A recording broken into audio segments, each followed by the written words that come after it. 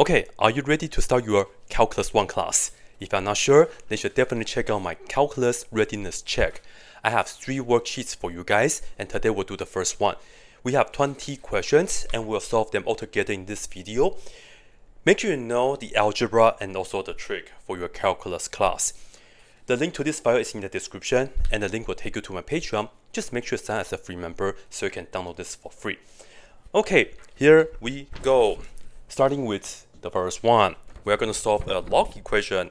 We have log base 2 of x plus log base 2 of x minus 2, and that's equal to 3. So to do this, notice we have 2 logs. We are going to combine it into one, and they have the same base already. So we can just multiply the insides together. So that's x times x minus 2, and then that's equal to 3. And then, of course, on the inside you can multiply. And then the key is, how do we get rid of this log? The idea is, notice the base is 2, so you will do 2 to this power and 2 to the third power. Because this and that will cancel. When the bases of the exponential and the logarithms are the same, they cancel. If you distribute this, you get x squared minus 2x, and that's equal to 2 to the third power, which is 8. Bring that to the other side. And then we have a quadratic, we can factor it, and we get x minus 4 times x plus 2. So put this equal 0, likewise for the second one as well. For the first one, x is equal to 4, and for the second one, x is equal to negative 2. But now you have to be really careful, because one of the most important things that you will learn in pre-calc is the domain issues. For logarithms, you have to worry about the domain. Notice we have log base 2 of x. So that suggests us that the input x has to be greater than 0. Likewise from here, x minus 2 has to be greater than 0, which implies x has to be greater than 2. But you see, x is equal to negative 2. This is not in the domain of the original equation, so this is not the solution. Only x equals 4 is, so this is the only one. So that's the first one. Okay, now next we have the domain. So let me just erase this, because I want to have more space for you guys. And let me know how you guys are doing. And if you are already taking your Calculus 1 class, Zoom, yeah, my worksheet will be helpful, and then I will try my best to make the video solutions for you guys as soon as possible. So that's the goal for me. Okay, number 2. Find the domain of the function g of x equals, we have square root of x minus 1 over x squared minus 16.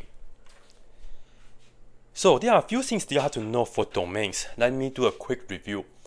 If you are looking at the square root of something inside an expression with x on the inside, if that's the case, then you have to make sure that the inside, just the inside though, is greater than or equal to 0.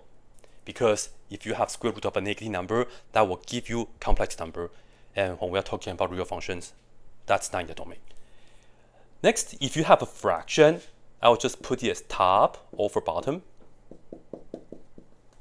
In this case, we have to make sure that the bottom is not equal to 0, because we cannot divide it by 0. And then, of course, earlier we mentioned that if we have log of an expression on the inside, for this one, we have to make sure that the inside is strictly bigger than 0. Log of 0 right here is undefined. And this right here works when you have a legitimate base b. But anyways, for this one right here, we just have to apply the first and also the second one. So here we go.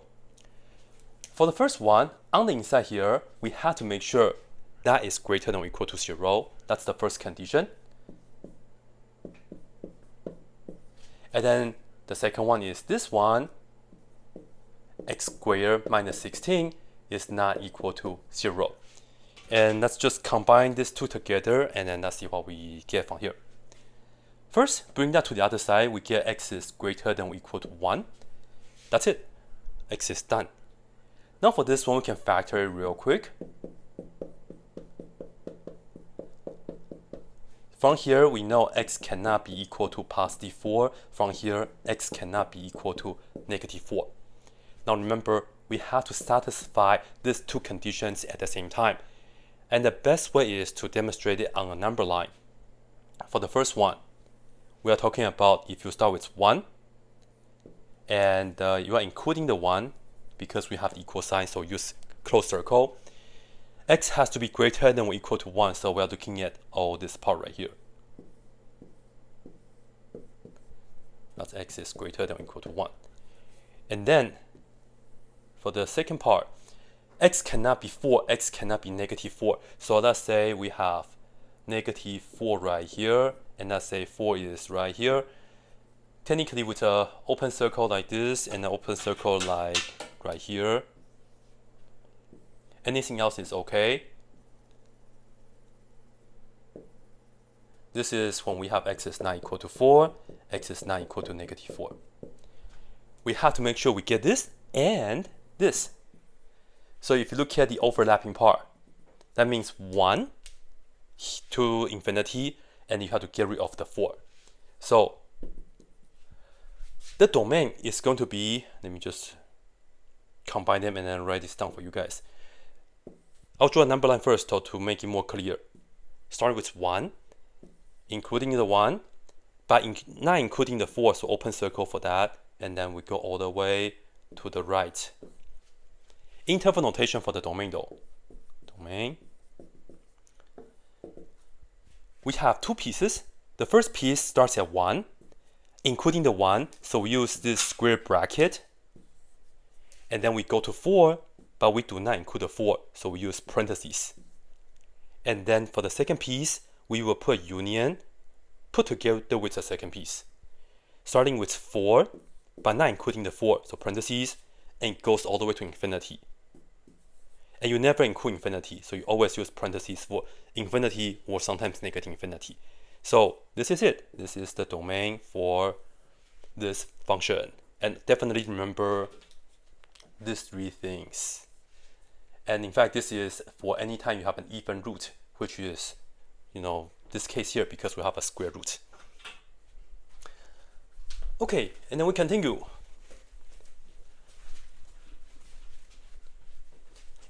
So I would say you should have seen all these materials before, because these right here are taught in pre-calc and algebra and trig. But sometimes I know you have to just kind of review it and then master it before you can really get ready for your calculus class. And the key is really know the algebra and also the trig for your calculus class, so you can really focus on learning the calculus and not worry about doing the algebra. Number 3, we are going to solve for this rational inequality. We have x minus 1 over x plus 3. This is less than or equal to 0. Now be really careful. Do not multiply x plus 3 on both sides and then just say x minus 1 is less than or equal to 0 and bring the 1 to the other side. No. What I will recommend you to is always make the expression and then have the 0 on the right hand side, so that right here you can find the numbers that you care. And what do I mean by that? Right here you care about the number that will make the top 0. If x minus 1 is equal to 0, that means x is equal to 1. So you care about 1. In the meantime, you actually also care about when the bottom is equal to 0. But it's on the bottom, so technically not equal to 0, because you cannot divide it by 0. Bring the 3 to the other side, you care about negative 3. And then I will recommend you to draw a number line and then plug in these 2 points on the number line. We care about negative 3, but we are not going to include negative 3. Yeah, we care about it, but we don't want to have it. So open circle here. And then for the 1, we care about it and we want to include it. So close circle for this. Now, you can see that we have this number line and we have divided this number line into 3 intervals. What we are going to do is pick a number on each interval and then plug it into this and then see if it's the result that we want. For example, pick a number less than -3, let's say -4. If you plug in -4 into this x and this x, you get -4 minus 1 over -4 plus 3. When you work this out, you just care about the sign. On the top is negative. On the bottom is also negative. But negative divided by negative, altogether, you are looking at a positive result. The truth is, any number that you pick right here on this interval will give you positive results. So this region will give you positive. Next, you can actually do a shortcut. I will tell you, if the degrees right here are 1, meaning this is to the first power, and on the inside is x to the first power. Once we figure out the first region, if it's positive or negative, the next one is just going to be the opposite. So the next one will just be the negative of it, and then the next one is going to be positive. The sign will alternate, and that's the shortcut. Do the shortcut only when you have first power. And can show you it will actually work. Pick a number between -3 and 1, let's say 0. Plugging 0 into here and here, you get 0 minus 1 over 0 plus 3. On the top is negative. On the bottom is positive. Altogether is negative result. And of course, the last one, you can just trust me, but I will show you too. Let's say 2. Plug in is 2 minus 1 over 2 plus 3. So you get positive 1 over positive. Of course, the result is positive. Only when you have, let's say, this being squared, then in that case, the bottom is always positive. You have to be careful.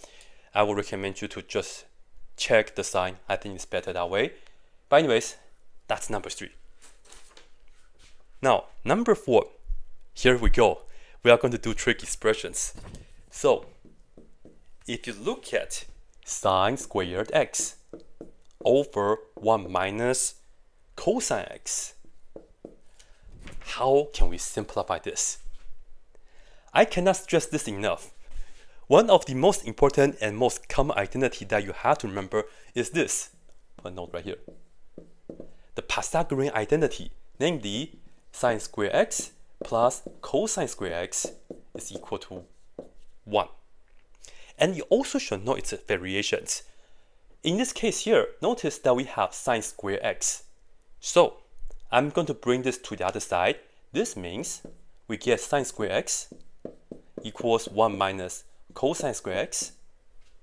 And then you also should be comfortable of factoring this right here as the difference of two squares.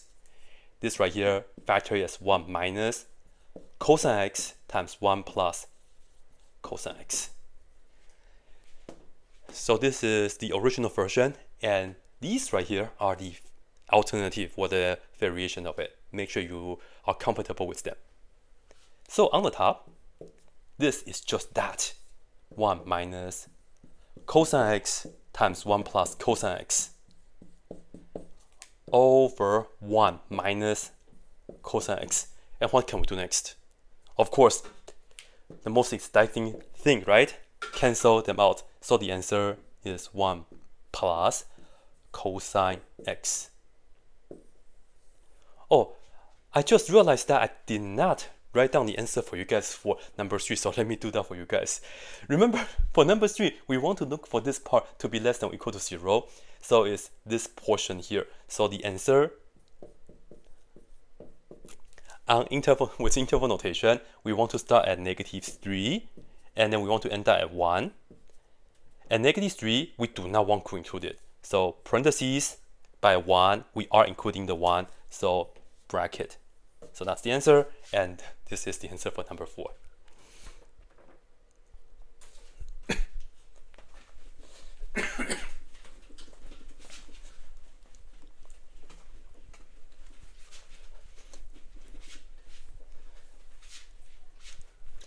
Yeah, it takes some time for me to erase the board actually, so yeah, just be patient a little bit. Yeah, I'm just a human, so yeah, there's no magic for me to erase the board. That's the truth. Anyways, number 5, we are given two functions. F is equal to 1 over x minus 2, and g of x is equal to square root of x. And the question is asking us to find the composition of f of g and then state its domain. So the question is, this notation f little circle of g of x. Sometimes like this notation will bother people. It's like, what exactly do we do? But this just means the composition. A better notation to know is that this means you have the f on the outside and then g on the inside. So in another word, we are plugging g of x into the f function. G of x is what? Square root of x. And then we plug in square root of x into this x here for the f. So we're looking at 1 over square root of x minus 2. So this right here is the result for f of g of x, or better yet, know it like this. And the next thing is that we also have to state the domain. So let's just do this real quick. Firstly, on the inside of the square root, you have one condition that is, let me just write down. The x has to be greater than or equal to 0. That's the condition number 1. And then condition number 2, if you look at the whole thing, on the bottom, that cannot be equal to 0. So square root of x minus 2 cannot be equal to 0. And for this one, we can also solve it real quick. Bring this to the other side. And then square both sides. So we're looking at x cannot be equal to 4. Now, again, combine this and that together. X is greater than or equal to 0, but not equal to 4.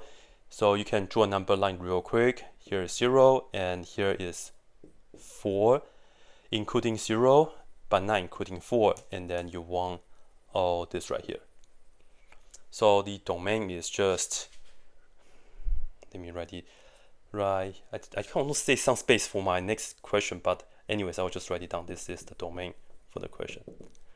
We have 0 to 4, right? Including 0, not including 4. Union 4 to infinity. And we're done. This is the domain for number 5.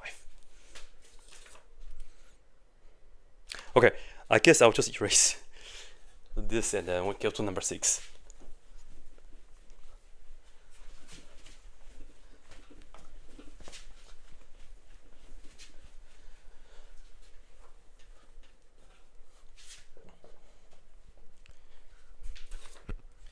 Okay, number 6. It's a classic trigonometric equation. You have cosine of x that's equal to negative 4 over 5.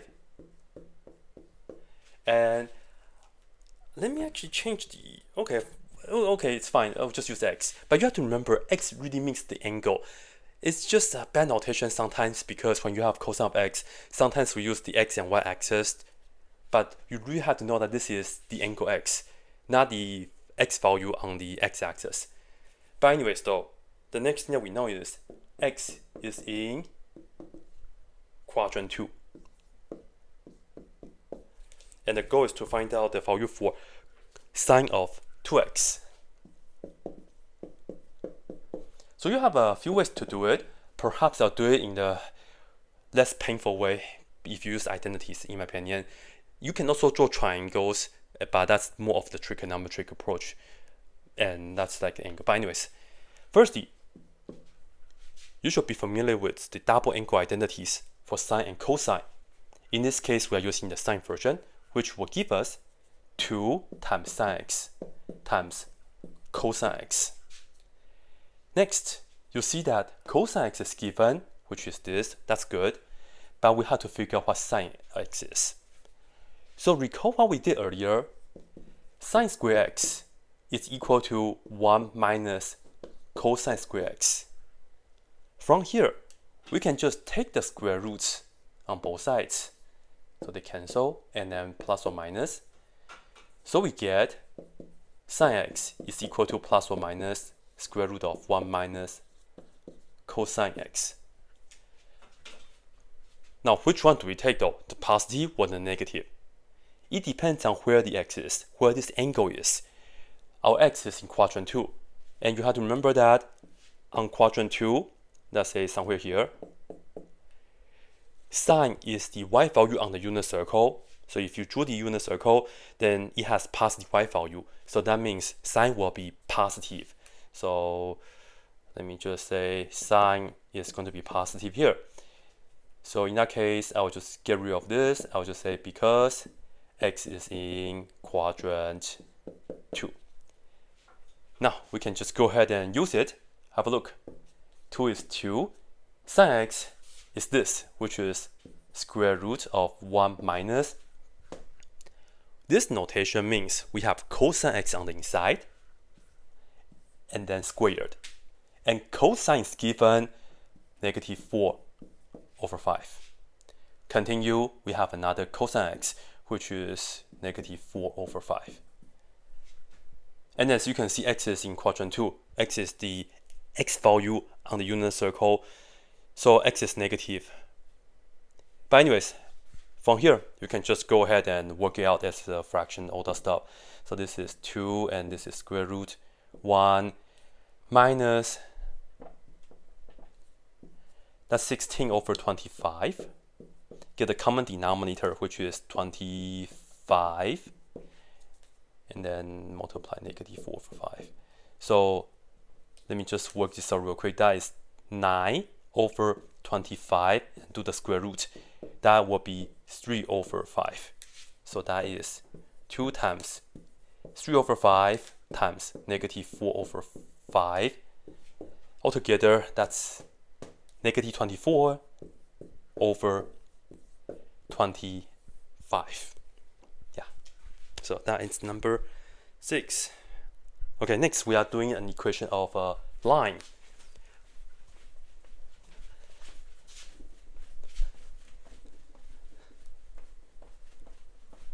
I don't know if you guys can tell that I'm actually sweating because it's really hot here and then I cannot turn on my AC. Truth be told, it's not working.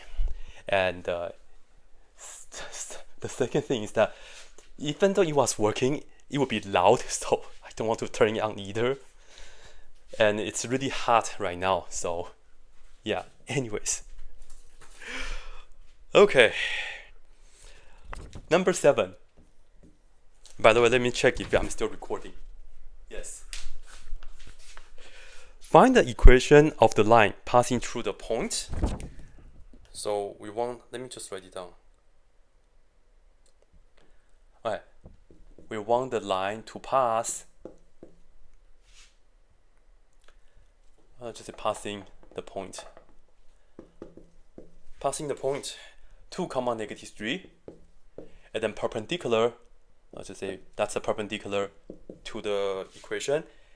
3x minus 4y equals 8, and we want the equation of the line in the slope-intercept form.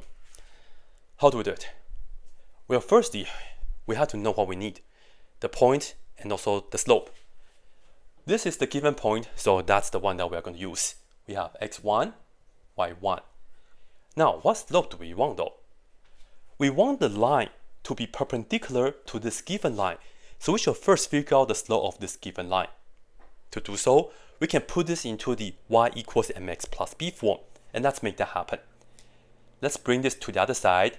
We get negative 4y equals negative 3x plus 8, and then divide everybody by negative 4.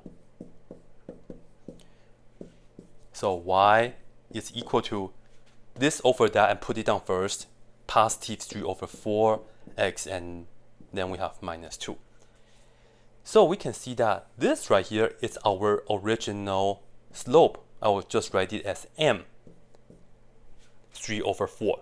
But this is not the slope that we want, because we want the line to be perpendicular to this line. So we have to do the perpendicular slope. And what we do is just do the opposite sign. Since this is positive, we do the negative, and also do the reciprocal, which is 4 over 3.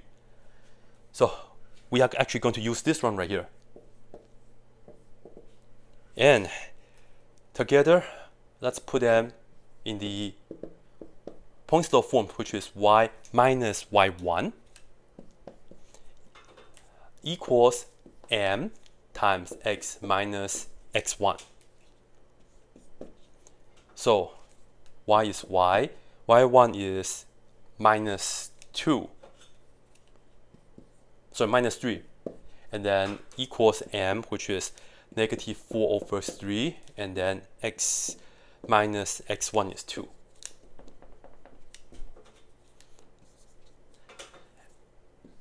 And I cannot stress this enough.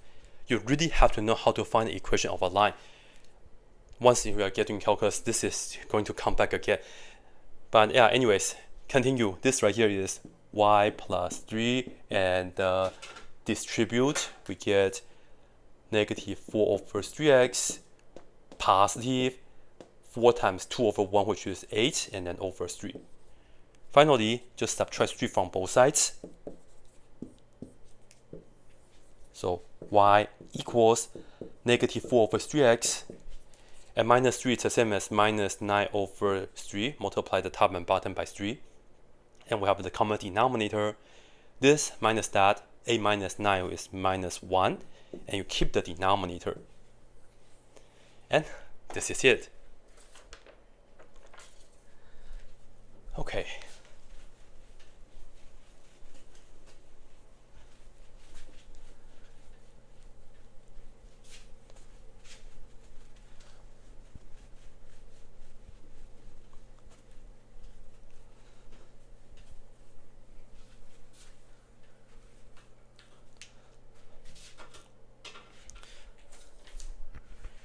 Number 8. And you definitely have to know how to factor. So we'll practice factoring question. 2x cubed minus 8x squared minus 10x. So first, you notice that we have a trinomial, meaning 3 terms, and this is x cubed. But don't worry too much because they all have an x, so you can factor that out. Always pay attention to a common factor first. Not only the x, but also 2, 8, and 10, we can factor out 2. So we are going to first factor out 2 and also x. And if you look at this, and we took out 2x already, just think about this as 2x cubed divided by 2x. 2 and 2 cancel, and then x cubed divided by x is just going to be x squared left. Do the same thing. This divided by 2 is minus 4. X squared divided by x is just x. And the negative 10 divided by 2 is minus 5. X is out already, so that's what we have. Now we have this times that. This is quadratic. We can factor it real quick as well. We get 2x times x. We need minus 5 and plus 1. So you can get the minus 4 in the middle. And that's it. That will do it. Okay, number 9. Be really careful. So we are given the function f of x, which is x squared minus 4 over x squared minus x minus 2. And we are going to find all the asymptotes and also the holes on the graph. So what you want to do first is factor the numerator and the denominator wherever possible. So if you look at f of x, the top is the difference of 2 squares. We get x minus 2 times x plus 2. On the bottom, you get x minus 2 times x plus 1. Now notice, we have a common factor, x minus 2. When you cancel them out, you still have to account for it though. Because originally, you cannot put the 2 on the bottom either. Otherwise, you get 0 on the bottom. If x is equal to 2, you actually get 0 here and 0 here. In this case here, you actually get a hole on the graph. The factor that you cancel, you have to consider that you get a hole at x equals 2. Because 2 minus 2 gives you the 0. So this is one thing that you will have to know. And once you cancel this out, look for the remaining things. Let's do the other one. Now, what exactly does this give you though? If you look at the remaining one, and if you put it equals 0, you get x is equal to -1. Well, if x is equal to -1, put it here, the top is not 0, but the bottom is. This is the case that you get a vertical asymptote. So just say dA at x equals -1. And then finally, how do we find the horizontal asymptote? Well, you look at the power of x. This is x to the first. This is also x to the first. So if you compare them, and you just kind of divide them out. So it's just 1 over 1. So you can see horizontal asymptote at, if it's horizontal, it's the y. So I'll just say horizontal asymptote at y equals 1. Just like that. And if you need more examples on this, definitely check out my other videos, or just leave a comment down below so I can try to find the videos on similar topics for you. Let me see if I can fit 3 questions here so that I don't have to erase the board all the time. I think I can for this one. Next one, we'll solve an exponential equation. 3e to the 2x minus 5 equals 7. Where's x? Right here. How do we do it? Well, it's in the exponent. First, get rid of the minus 5. So add 5 to both sides. 3e to the 2x equals 5 plus 7, so it's 12. And then divide both sides by 3. So we get e to the 2x equals 4. Then how do we get rid of the e? Well, remember, you take log, and you want to match the base. So you want to take log base e, and that's the same as natural log. So remember, ln means log base e, same thing. So that this and that can cancel, and you just get 2x equals ln 4. And then let me just double check how I wrote the answer. Okay. Be careful, because if I divide both sides by 2, it's good. That's x equals 1/2 and then ln 4. But this is not what I have for you guys on the answer choices. So what's happening? Right here, notice the 4 is the same as 2 squared. And if you have something to a power, you get to bring the power to the front. And then 2 over 2 is just 1. So this thing altogether, we get ln 2. So this is the answer. Okay, and again, definitely remember the log properties and how to solve exponential equations as well. You'll be dealing with e a lot once you get to calculus.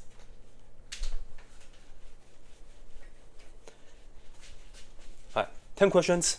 Let me know how you guys are doing so far, and then we have 10 more to go. That's all.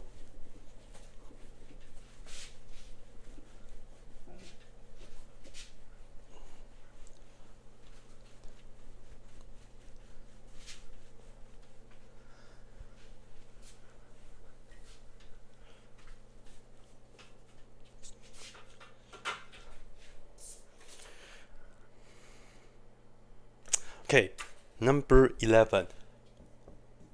You are given this expression, square root of x plus h minus square root of x over h. And we are going to rationalize the numerator. So that means we want to somehow get rid of the square roots on the top. And when we say that, we don't mean to just really get rid of it like this. No, not like that. We have to do it legitimately, mathematically, correctly. Anyways, how though? Remember, when you have square roots and you have 2 terms, you will use the conjugate. So we will multiply the top and bottom by its conjugate, and that is the same thing here and the same thing here. Just keep them. But in between, instead of the minus, you do the opposite, which is plus. If this was a plus, you put minus. So just opposite. That's the conjugate. And of course, you do the same thing on the bottom. Okay. The point of using the conjugate is that, notice we have the expression in the form of a minus b times a plus b. So let me remind you, if you have a minus b times a plus b, this actually works out very nicely. It's really just the difference of two squares backwards. You get a squared minus b squared. So when you multiply out the top, you square the first term, which is just going to be x plus h, normal square root. And then you subtract the second term, you square that, which is just going to be x, and then over the bottom.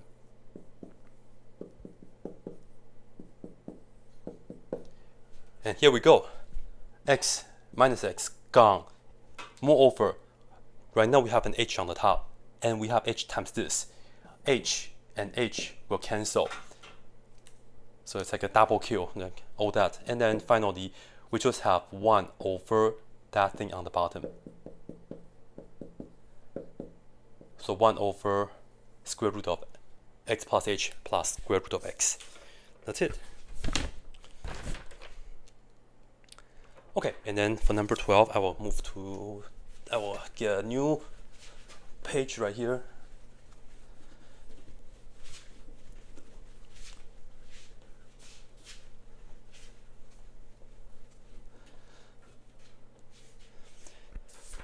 So for number 12, we are going to work with a trigonometric expression.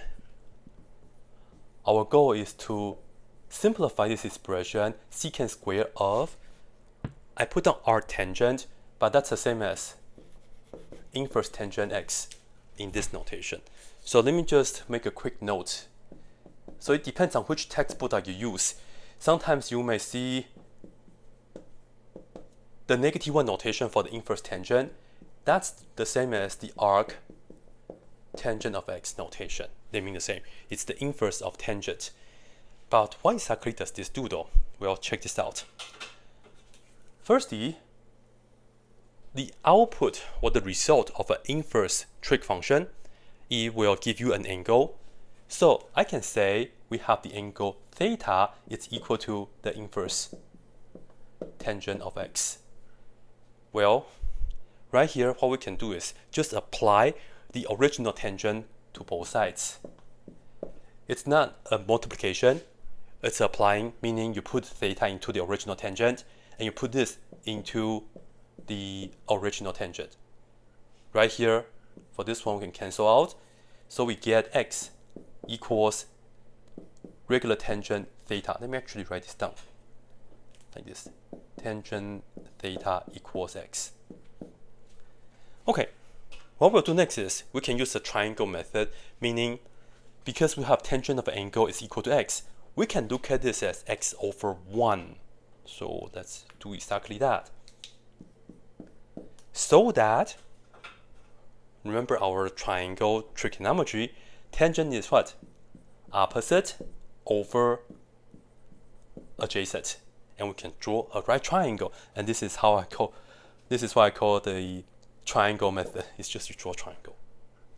The opposite is, no, actually here. The angle theta is here. Just put the angle theta here so that it's consistent. And the opposite is right here, x. And the adjacent is 1. And the hypotenuse, well, we can use the Pythagorean theorem. I'll show you a quick way to do it first though. You open the square root. If it's the hypotenuse, it's the longest one. It's going to be a plus in between. You do this squared plus the other side squared. And that's it. And of course, if you really want, you could have called this c. Let's say this is c. Then you know 1 squared plus x squared is equal to c squared. Right? Because the Pythagorean theorem, a, b, c, and that. And then you can take the square root to both sides. Notice you have a plus in between of this and that. So do not cancel the square root and then the square. You have to keep it. Okay. So now notice, this is what we have. And this notation means that we have to look for secant of inverse tangent of x. And then we are going to square the result. So what's secant of inverse tangent? Look at this triangle. Secant is what? Hypotenuse over adjacent. Hypotenuse over adjacent, because that's the reciprocal of cosine. So this is square root. 1 squared is just 1, and then plus x squared. Right, so this is that. And then we have the square. And then we can cancel this and that. That is legitimate, right? Because this is only one thing. To the second power, and they do cancel. And we get 1 plus x squared. And just like that. It happens to be, check this out. This thing is just actually the parabola, right? X squared plus 1. Actually with some restrictions, but I'm not going to mention too much. That would be it.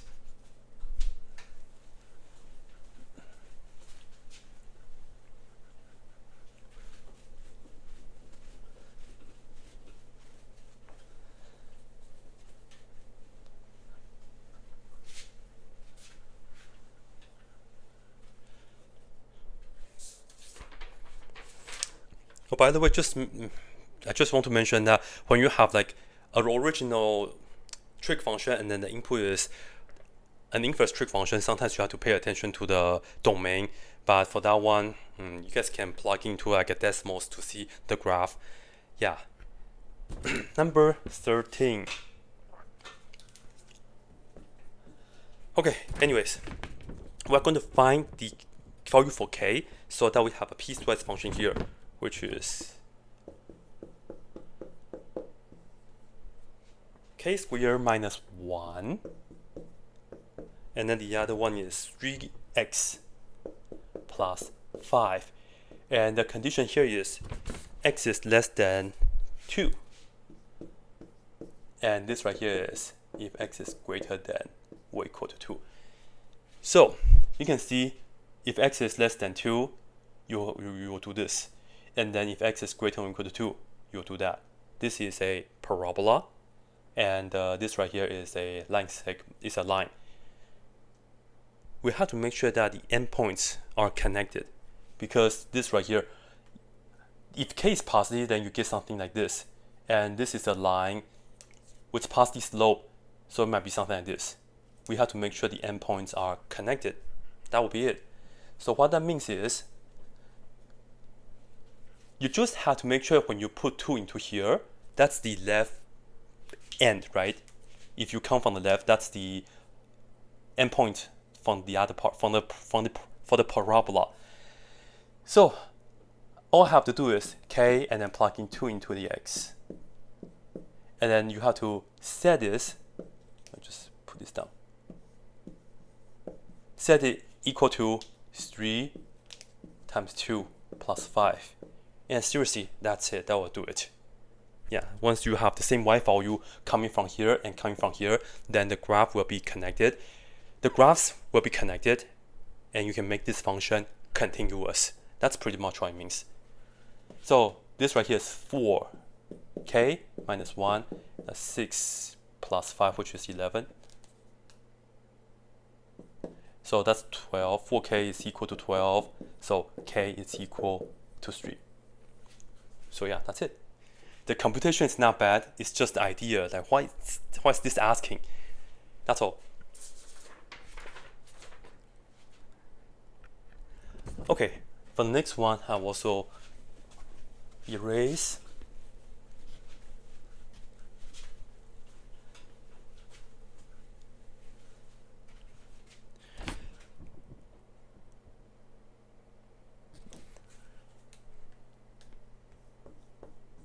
So we are given a graph, and we are going to find the average rate of change. So here is the graph from -1 to 2.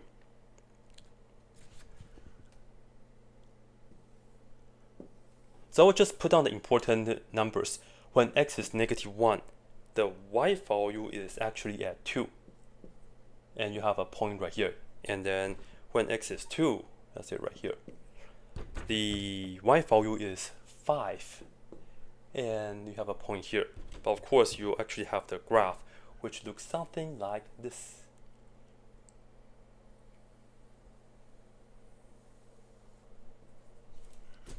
Yeah. Okay, how exactly do you do it? Well, I'll just remind you guys, the average rate of change, it's really just the slope. The slope gives you the average rate of change. So you want the slope of the line connecting these 2 points. So I will go like this. And how do we find the slope? Well, this point is what? -1, +2. And this point right here is 2, 5. And actually, let me just remind you guys the proper formula for the average rate of change. Let's say if you go from x equals a to b, then this right here is f of b. The endpoint, right, because it's going from a to b, so f of b minus f of a over b minus a. But it's really just a slope, because have a look. What's this? The second y value, and then this right here is the first y value, right? This is like x, let's put this as x1, y1, this is x2, y2. We go from left to right, so that's why this is considered the first and that's the second. This is f of b, and this is f of a. Yeah, so this is b is 2 and a is -1. Yeah. Okay, so I will just write this down. This is f of 2 minus f of -1, and then that's 2 minus -1. And then we get that is 5 minus that is 2 over 2 minus -1. Okay, that is 3 over that is 3. So all in all, we get 1. Yeah, the average rate of change, aka the slope, is just equal to 1. Okay. For the next one, I can actually do it right here. Number 15, we have a summation question. K equals 1 to 5, and then we have 2k minus 1. So I put this question here just to remind you guys how this notation means. So this thing right here is called a summation. It's a Greek letter sigma, which starts with an S, and that's why it's the summation. Just think about it like that. To compute this, you start with this k value, plug in. So if you have k is equal to 1, plug in here, you get 2 times 1 minus 1. So that's the first one. And then you are going to add the second one, k equals 2. So plug that in. And then just continue. In fact, sometimes you can see a pattern real quick, but for this one, I just want to do it like super carefully, super detailed for you guys. Okay, and then k equals 4.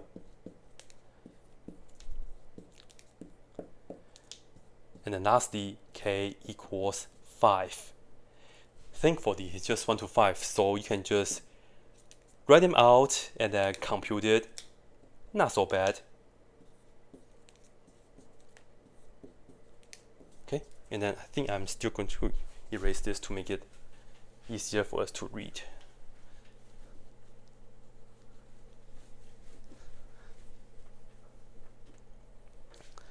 Okay, so for this right here, it's equal to, this is just 1, and then this is just 3.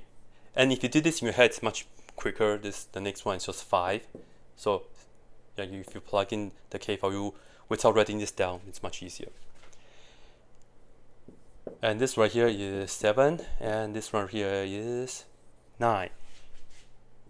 Check this out. 1 plus 9 is 10, and then another 10, and then 5, so it's 25.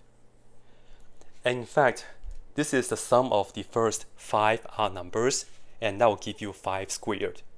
Yeah, the sum of the first n odd numbers is going to be n squared. Yeah, so just like that. Okay, just 5 more to go.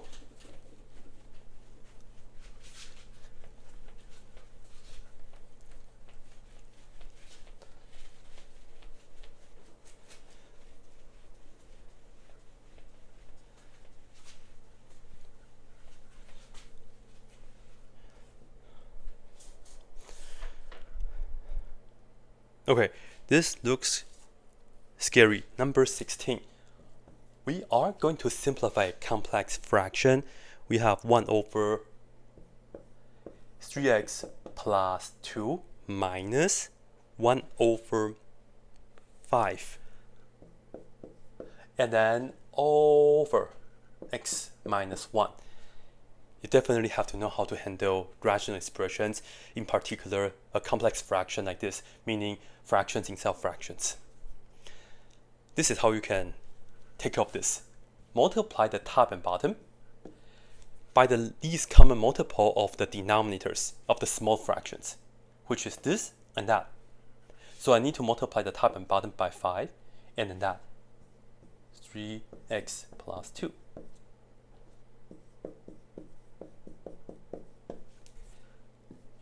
Now, if we take this, multiply with the first one, the 3x plus 2 will cancel, so we just get a 5. Continue, we have the minus.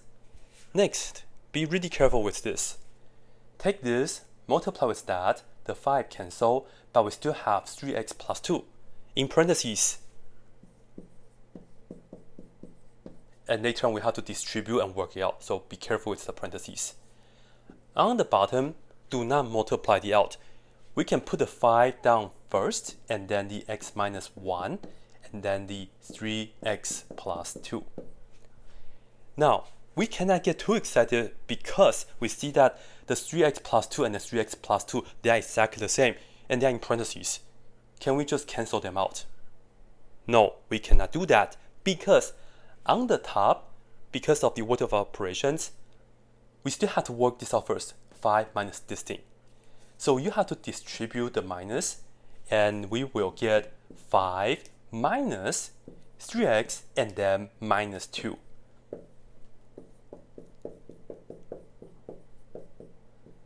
And then we combine like terms on the top. So this and that is 3. And actually, let me just write down negative 3 first. Negative 3x and then 3. It's positive 3, yes. Over and the rest.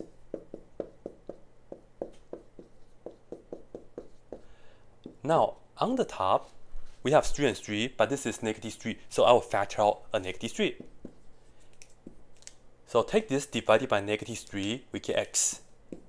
Take this divided by negative 3, we get minus 1.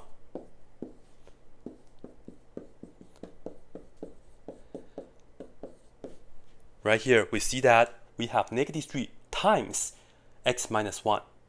And on the bottom, we have 5 times x minus 1 times 3x plus 2. If they are all multiplying, yes, this is the time that we can finally cancel out. So we are actually canceling out the x minus 1. Again, do not cancel this and that because there's still a minus here. So the final answer is negative 3 over. You can just leave the 5 in the front, like this. Usually when we have a rational expression, we prefer to leave the answer in the factorative form so that you can see the information better. For example, you can look at this and see the vertical asymptote by making this equal 0 and all that stuff. Okay, continue with the next one.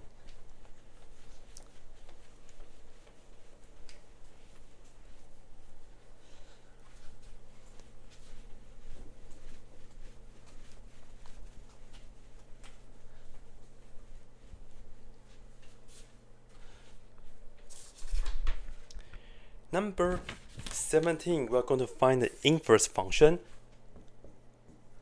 We have f of x equals 2x plus 1 and then over x minus 3. And again, the goal is to find out what the inverse is. And let's just do the usual procedure for these things. It's a 4-step process. The first one is you write f of x as y.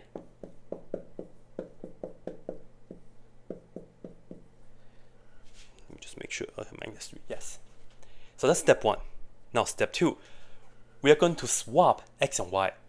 So the y becomes x, and then these two x's becomes y's. So 2y plus 1 over y minus 3. Now, step 3. We are going to isolate this y, and then this is the part that we have to do the most amount of work.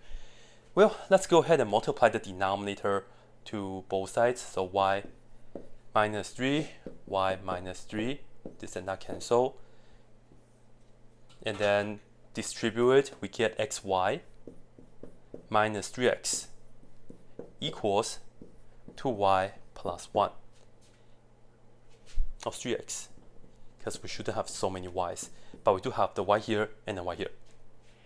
Then we are going to move all the terms that have y on one side and then the rest on the other. I will bring this to the left and I'll bring this to the right. So xy minus 2y and then 3x plus 1. Okay. Right here we can factor out the common y.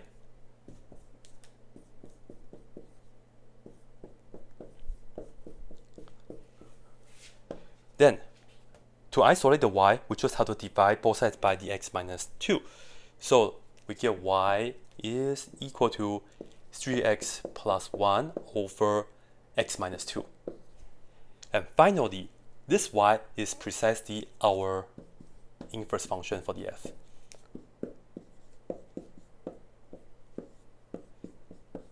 So that's it. The key idea for doing this kind of questions is that you have to remember when you are trying to find the inverse, the x and y are swapped. That's the most important part of doing the inverse. And sometimes you may have to do even more.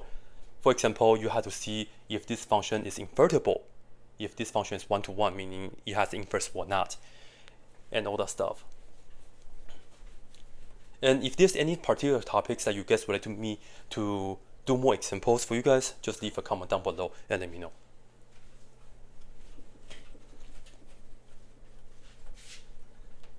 And better yet, I think if you guys leave a comment on my Patreon page, that's even better, because sometimes I get too many comments on YouTube, so I may lose track. But on Patreon, it's less comments there, so I can see the comments and follow the comments better for you guys. Number 18, we are going to expand this logarithm. Natural log of x cubed square root of y over z. Here we go. Let's identify the operations on the inside. X cubed times square root and then divided by z. So this is going to be natural log of this plus, if it's a multiplication on the top, it's just plus, natural log of this, and if it's dividing, it will be a minus, natural log of z, just like that. And to continue, if you have a power on the inside, you get to bring that to the front, and if you have the square root, you can write that as the 1/2 power. So in fact, let's go ahead and change that right here and put that as the 1/2 power for the square root of y, so that we can bring the 1/2 to the front.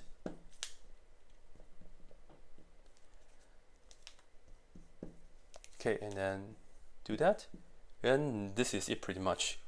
So finally, we have 3 ln x and then plus 1/2 ln y and then minus ln z. Just like this. And then to be technical, you will have to make sure that the input on the inside for the natural logs are positive. So just be aware of that. Sometimes it's some technical things, but for this one, you don't have to worry too much, because how the expressions was written originally, that implies that z has to be positive. So right here, yeah. So what I mean by that is just a quick note. If you have ln of, let's say, x squared, if today you bring the power to the front, you get 2 ln x. But originally here, we do the square first, right? So no matter what x is, after you square that, you will get positive. Well, unless x is 0 or imaginary, but we don't talk about that. Let's say if you have negative 3 for x, it works on this expression, but it's no longer going to work for this expression. ln of -3 doesn't work. So in this case, when you bring the 2 to the front, you will have to attach an absolute value to make sure that the -3 that was able to work right here still works right here. So domain issues, pay close attention to it. Sometimes that will cause technical mistakes. Okay, number 19 is another what we call the difference quotient question. Let me just erase everything so I have plenty of space to work it out for you guys.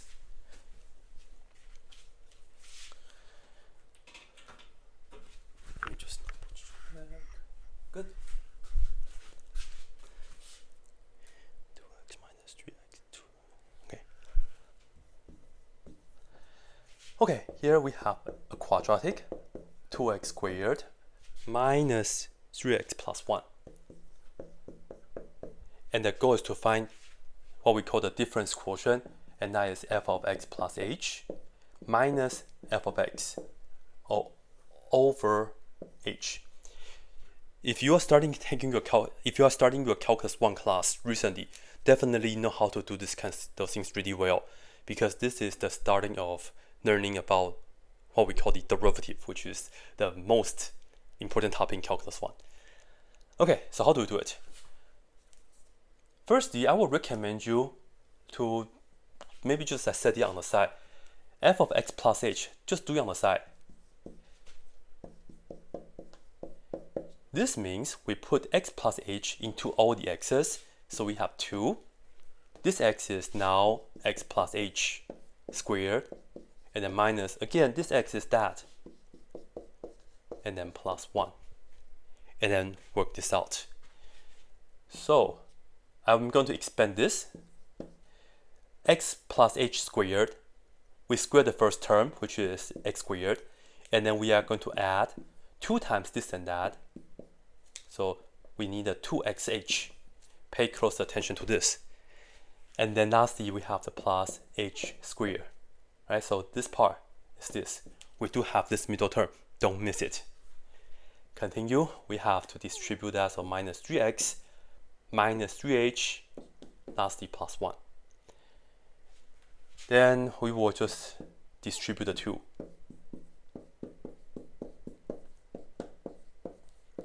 And then this is 3x minus 3h plus 1. And you can see there's nothing that we can simplify right here, but this is the expression for that. Okay.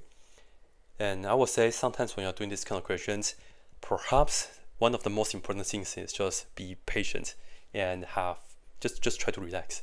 Because this is just a lot of steps. Be careful with the small details. Okay, so that is going to be all this. I'm just going to write it down and then I'm going to erase it. Plus 4xh and then plus 2h squared and then minus 3x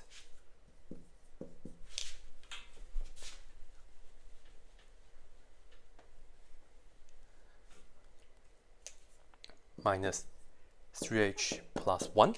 So all this is this thing here.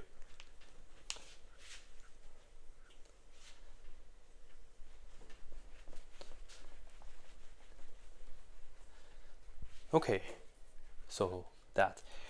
And you don't need to put parentheses around it because there's nothing in the front.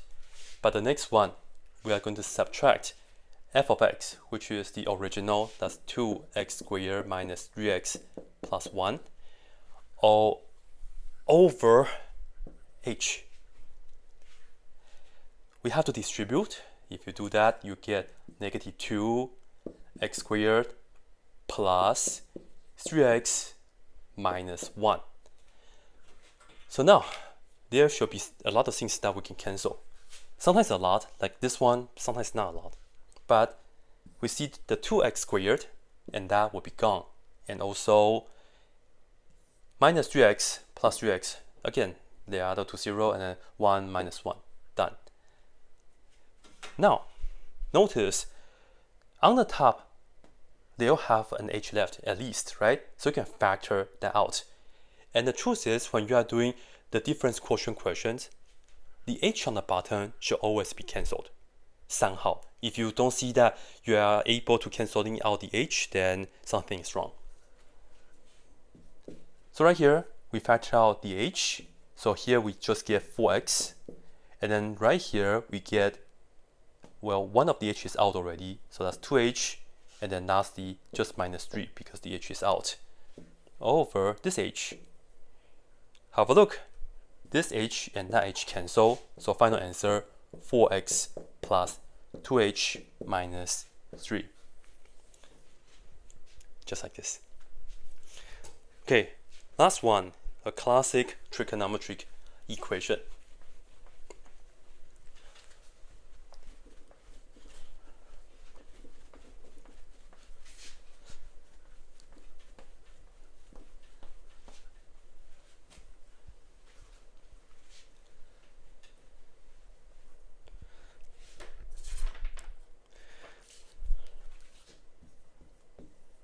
Okay, so we have 2 sine square x minus sine x minus 1 is equal to 0, and our goal is to solve for x, where x is in between of 0 and 2 pi. This notation just means that we want x to be in between of 0, including 0, but not including 2 pi. So that's the notation. How do we do it? Well, firstly, I want to just mention that you don't have to know how to solve like extremely complicated trigonometry equations in calculus 1 or calculus 2. Not so much, but you do have to know how to solve some basic ones and also know your unit circles really well. For this one though, we have a quadratic equation in terms of sign, because this is sine to the first power, this is sine to the second power, and this term has no sign at all, and this is equal to 0. We can factor it. Have a look, I'll show you. I'll do the tic-tac-toe method for factoring this. If you want to see how to do the tic-tac-toe factoring, I will link a video. It works perfectly when you have 3 terms in a quadratic form. To get 2 sine square x, I need 2 sine x times sine x. If you multiply them, you get this. Next, we have to think about what times what will give us negative 1. 1 and negative 1, but the order matters. Be careful. I'm going to put minus 1 here and positive 1 here. Because if we take this times that, we get negative 2 sine x. Take this times that, we have positive sine x. Together, we do get negative sine x in the middle. So this is the correct order.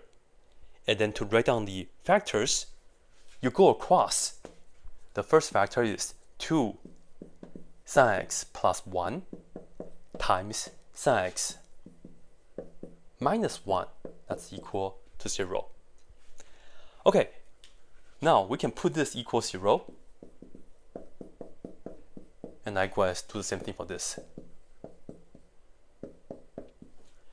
So for this one, we are looking at sine x equals, bring the 1 to the other side, and then divide it by 2. So sine x equals negative 1/2.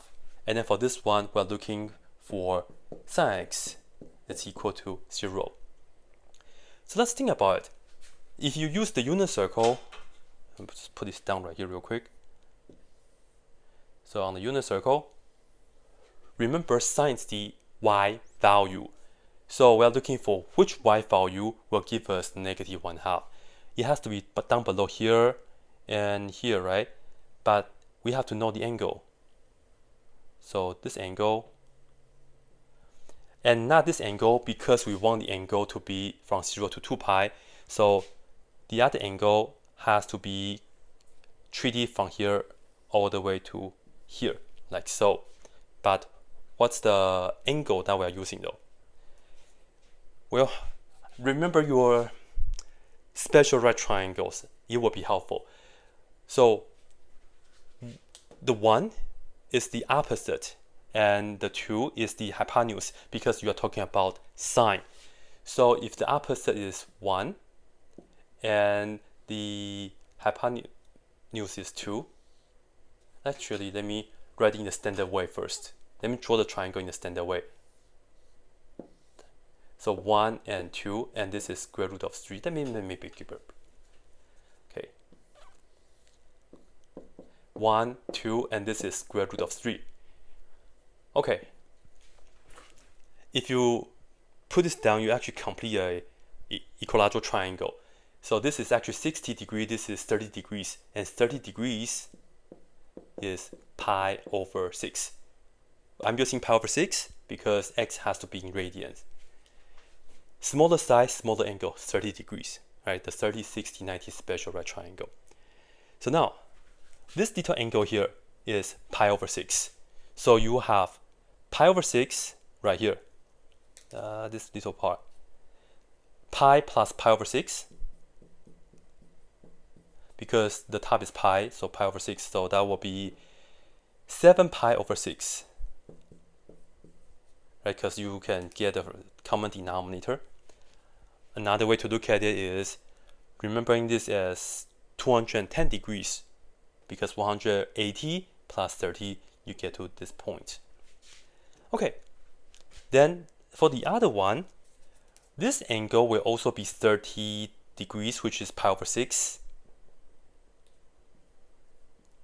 But we have to count it like this. So we do 2 pi for the whole thing, and then minus pi over 6. And again, get a common denominator. So that's 12 pi minus pi, that's 11 pi over 6. So these are the two answers on this interval. Then sin x equals 0. Okay, here is the unit circle. We are looking at the y value. Equals 0 is just here and here. Straightforward, you have 0 and pi. So yeah, these are the only two answers altogether. Oh, no, sorry. It's not pi, because sin x minus 1 equals 0. I'm looking for sin of x is equal to 1. I'm sorry. Okay, so yeah, good thing I'm checking my answer key as well, so that way I know that if I'm making any mistakes as well. So, okay, let's do this again. Sine of an angle is equal to 1, and 1 is the y value on the unit circle.